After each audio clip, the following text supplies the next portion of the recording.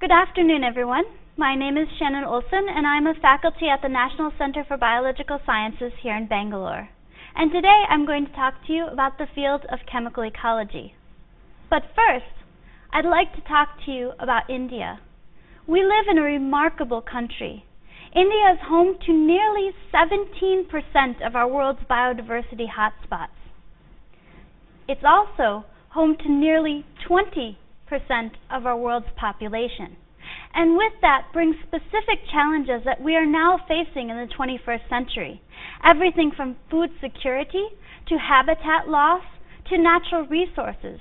And these are challenges that we are going to have to solve.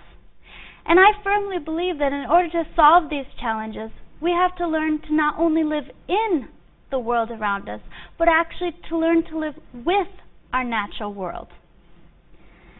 So, how do we learn not just to live in nature, but with nature? Well, as my daughter will tell you, one of the most important things in order to learn to live with others is learning to communicate with them.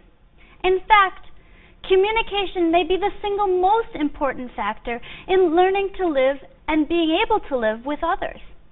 But how do you communicate with nature? I mean, how do you learn how to talk to a tree, or to a bird, or to a plant?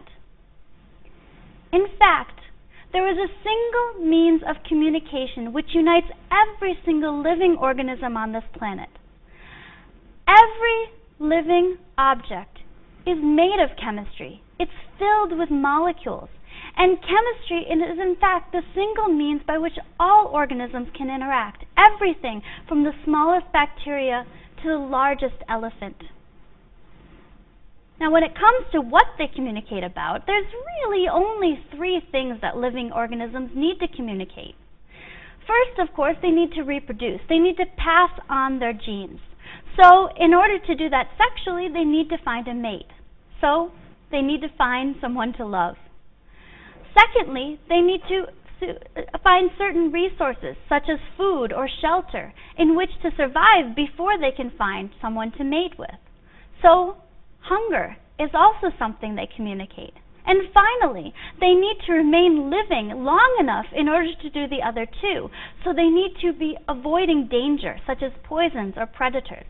So love, hunger, and fear unites all of us together. And chemistry and chemical communication plays a fundamental role in each one of these types of communications. Let me give you a couple of examples. The sweet fragrance of these wild strawberries is telling you that it is a good source of nutrients, particularly sugars, so you will go and eat them. But you see, the strawberry is also communicating with you. The strawberry is the fruit of the plant, and its job is to spread the seeds of the plant in order for them to germinate and to grow into new strawberry plants. So while you are smelling that fragrance to eat the fruit is actually telling you, come, take my fruit, eat my seeds, and spread them so that I can produce new strawberry plants. But perhaps not all fruit actually is trying to communicate with you to eat it. The chili pepper, which is the queen of Indian cuisines, may actually be telling us mammals to not go and eat it, to stop. That famous heat that we taste whenever we bite into a ripe chili is a chemical known as capsaicin. That is the famous heat we get whenever we bite into a chili pepper, such as the famous Naga chili. And that may be a symbol from the plant to us to not eat the chili pepper. You see, when mammals eat chili seeds, we do not process them properly so that they are digested and they are unable to germinate after they pass through our digestive systems. If you're a bird, however, you can eat chilies just fine and you will pass the seeds and those seeds will germinate. They won't in mammals, but they will in birds. And incidentally, birds cannot taste the heat of chilies. If you've ever seen a parrot eating a chili pepper, you'll know. They don't have any trouble eating the spiciest of chilies because they cannot taste capsaicin.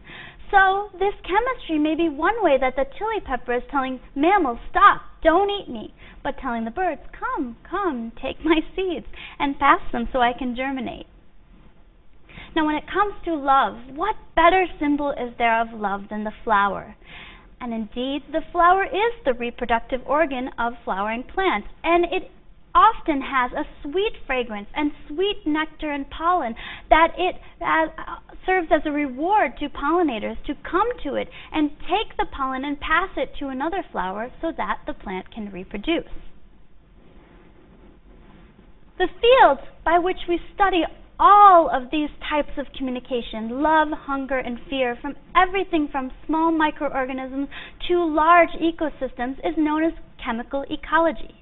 And chemical ecology is an interdisciplinary field that examines how organisms communicate with each other and with the environment around them.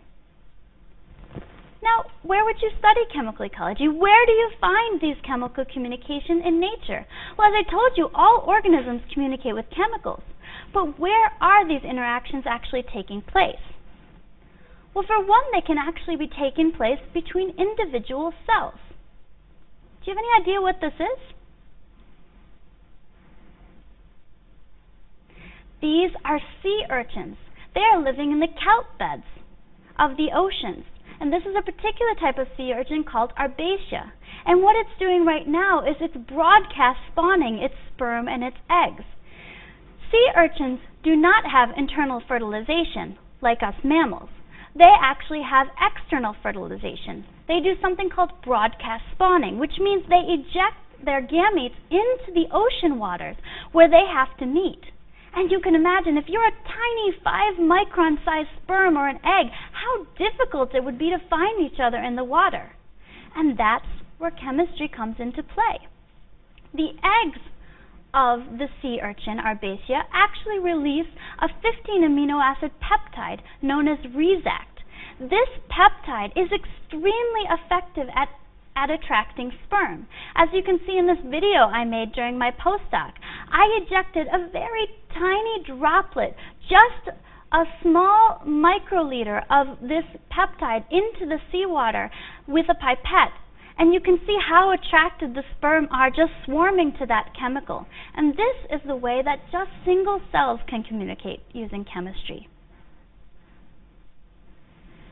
Now, chemical communication also plays an important role in plants as well. I mean, plants have a fundamental problem. They cannot move. If they sense danger, they can't run away from it. They can't run off and find food. They have to do everything in one place. So for them, chemistry is of utmost importance. And one of the great things that they do is they actually eavesdrop. Ian Baldwin, who's a director at the Max Planck Institute for Chemical Ecology in Jena, has found that certain plants can actually listen in on their neighbors. Here we have a sagebrush. This is a type of Artemisia, which I'll talk about again later. And when this sagebrush is attacked by an herbivore, such as a caterpillar, it releases a bunch of volatile compounds into the air. And if there's wild tobacco in the vicinity of that sagebrush, well, that wild tobacco will be able to detect those volatiles and then will upregulate its defense systems. In other words, it can prepare itself. In case that herbivore hops over to that tobacco plant, the tobacco plant is already, its defenses are already primed in order to respond and to repel that herbivore. So it does this purely by listening in to the chemical communication of the sagebrush. Chemical communication can also happen in between kingdoms of organisms as well. Here you have a beautiful butterfly. What do you think that it's visiting right now? It looks like a flower, right?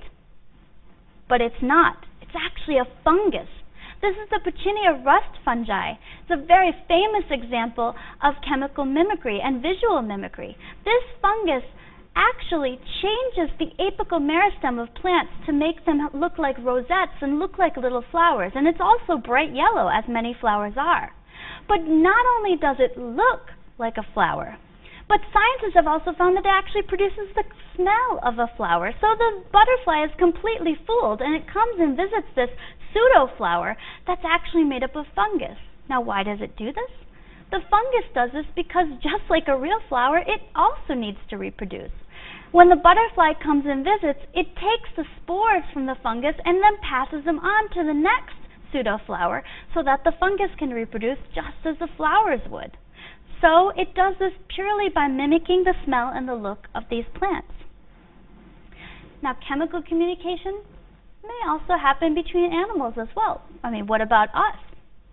I'm talking to you right now, and you're watching me, and you're watching slides. So humans are generally visual and auditory communicators. But it may be true that chemistry also plays a role in our interactions as well. Some years ago, I worked with high school students in upstate New York, and they had an interesting question. They wanted to know if they could tell who their friends were by smell. And at that time, no research had actually been done to address this question, so we took it upon ourselves to try and answer it ourselves. So what they did was they wore a bunch of t-shirts at night. These t-shirts had been washed in the same detergent, and each night the students took a shower. So they washed their hair and their bodies in the same shampoo to try to remove as many odors as they could. And they wore these t-shirts for 3 nights, and then during the day they kept them in the freezer so that they could avoid extraneous odors from the household getting into the t-shirts. And then they were asked a series of questions. They were presented with 5 t-shirts. One was their own that they had worn. One was a friend of theirs that they had chosen beforehand that they wanted to see if they could tell who it was. One was a male, and one was a female, neither of which that they knew. And the final t-shirt was actually a blank t-shirt that nobody had worn. So they didn't know which t-shirt was which. They just had to smell each of them and guess which one was theirs, which one was their friend's, etc. And when I asked them what they smelled, most of the students said they couldn't really smell anything at all. It didn't really smell like much. But lo and behold, they were able to guess in a statistically significant manner which t-shirt was their own, but also which t-shirt was a friend's of theirs, which means that actually they did know the smell of their friends, even if they couldn't tell you what it smelled like.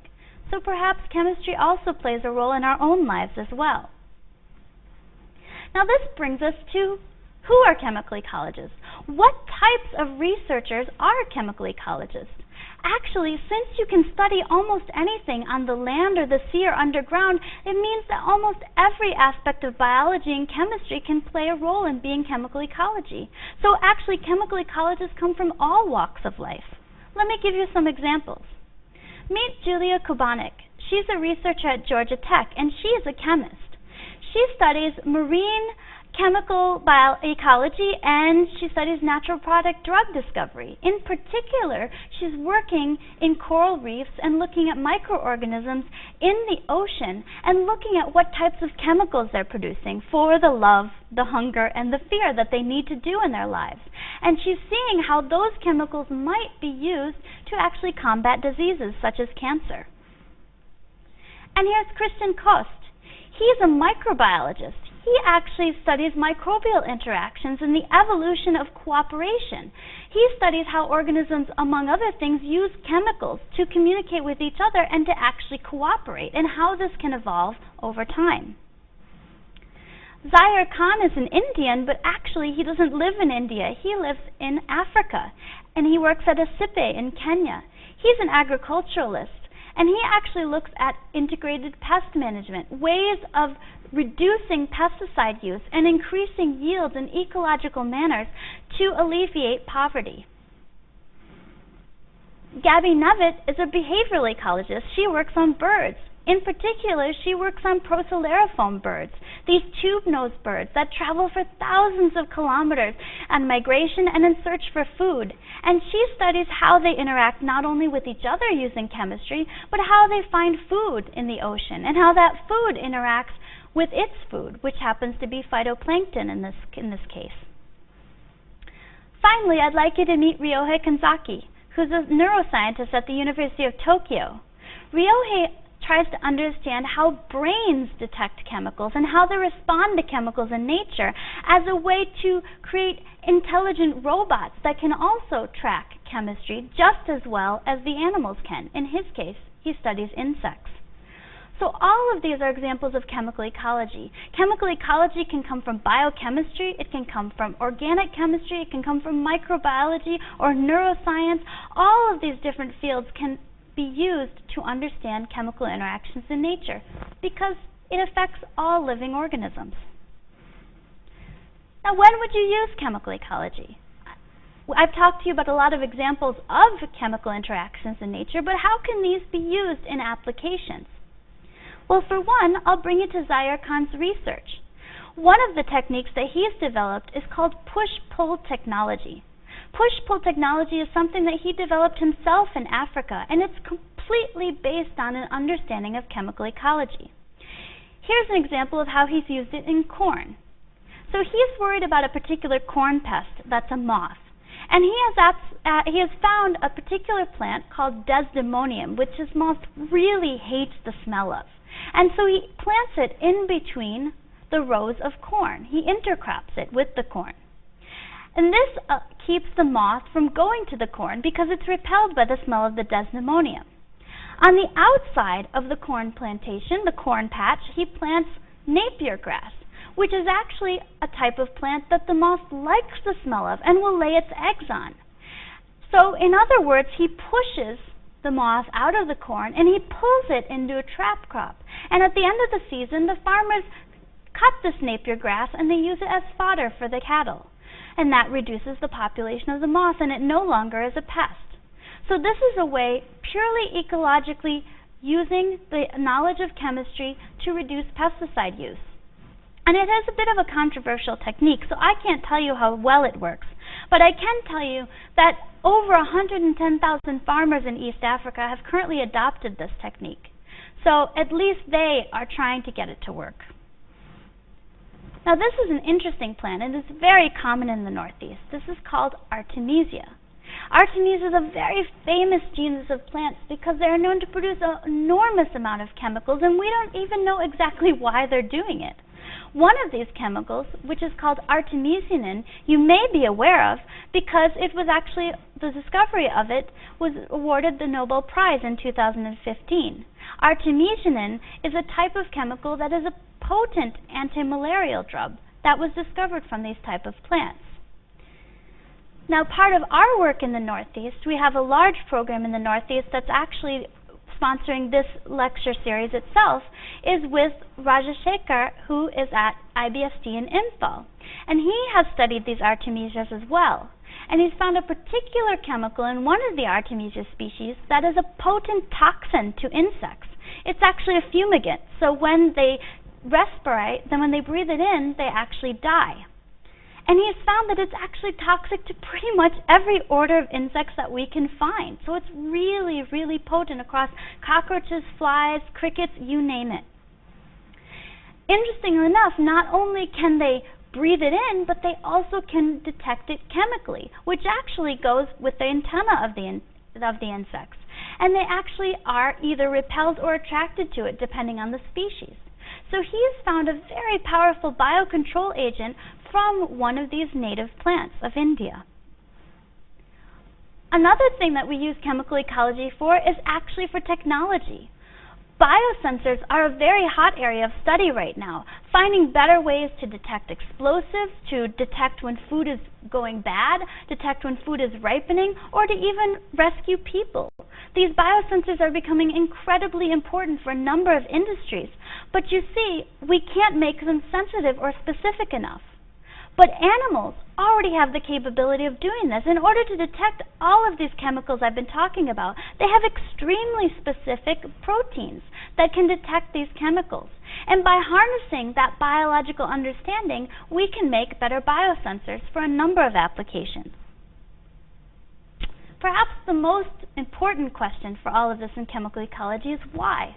Why should we study chemical ecology at all? Why, especially in the Northeast, should we study chemical ecology? Well, as you know, the Northeast region of India is not only a very important biodiversity hotspot in the world, but it's also facing a number of challenges. It's having a lot of environmental change, not only from human land use, but also from climate change. And we know very, very little about the animals and plants that are existing in the area.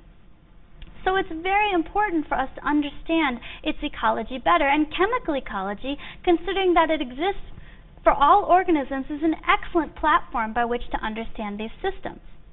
But perhaps even more importantly, there's already a very great understanding of these systems with the people of the Northeast.